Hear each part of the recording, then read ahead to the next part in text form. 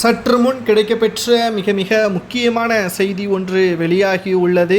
திமுகவின் முன்னாள் அமைச்சர் பொன்முடி மீதான செம்மண் வழக்கு நீதிமன்றம் வெளியிட்டுள்ள உத்தரவு திமுகவின் தலைமைக்கு மிகப்பெரிய அதிர்ச்சியை ஏற்படுத்தியுள்ளது. சிறைக்கு செல்கிறாரா, எத்தனை ஆண்டுகள் சிறை தண்டனை என்பதை தான் இந்த வீடியோவில் முழுமையாக தெளிவாக நாம் பார்க்க போகிறோம். முதலில் இந்த வழக்கு எந்த ஆண்டு பதிவு செய்தது என்பதை சுருக்கமாக பார்த்துவிடலாம்.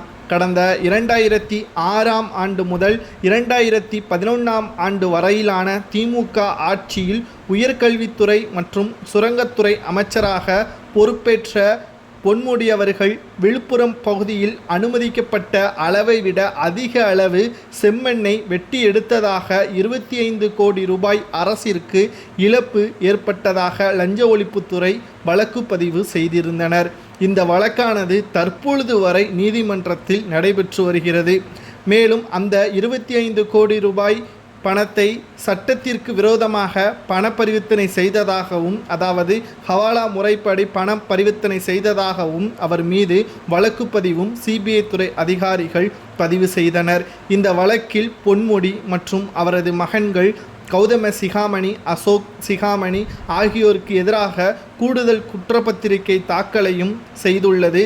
சென்னை சிபிஐ சிறப்பு நீதிமன்றத்தில் இந்த வழக்கு விசாரணை தொடர்ச்சியாக நடந்து வருகிறது. கடந்த 12/6/2025ஆம் ஆண்டு நீதிபதி ஓம் பிரகாஷ் முன்பு இவ்வழக்கு விசாரணைக்கு வந்துள்ளது.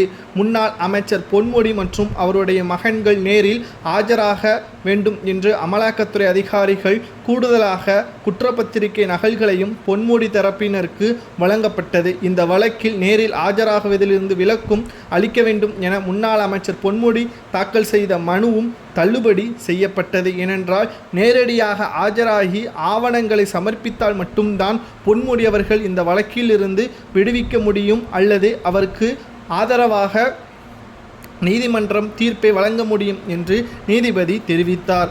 ஆனால் இந்த வழக்கை பொறுத்தளவிற்கு 3 முறை நீதிபதி அனுமதி கொடுத்த போதிலும் கூட ஆஜராகாத காரணத்தினால் கடும் கோபமடைந்த நீதிபதி என்னதான் முன்னாள் அமைச்சராக இருந்தாலும் நீதிமன்றத்தை அவமானம் செய்யும் விதமாக நடந்து கொண்டால் அவரை பிடிவாரன் மூலமாக சிறைப்பிடிக்கலாம் என்பதை நீதிபதி கடைசியாக கூறிவிட்டார்.